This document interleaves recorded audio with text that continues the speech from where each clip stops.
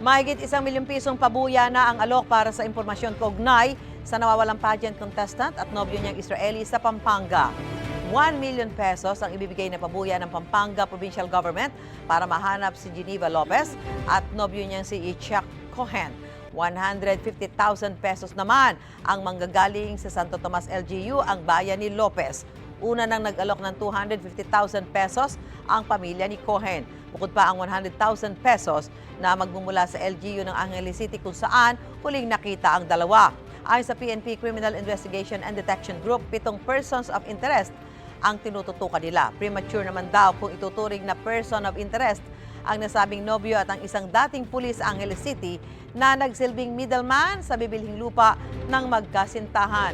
Tinitingnan ng CIDG ang lahat ng posibleng anggulo sa kaso. Sinusuri rin ang mga fingerprint na nakuha mula sa sasakyan para malaman ang pagkakakilanlan ng mga taong gumamit nito. Sa ngayon, wala pang nakikitang indikasyon na patay na ang dalawang nawawala. Malabo pa po yung ganong anggulo dahil sa ngayon ay wala po tayong nakikitang body or anything na makakapag-ugnay kung sila ay buhay o patay. Pero we are hoping na sila ay buhay.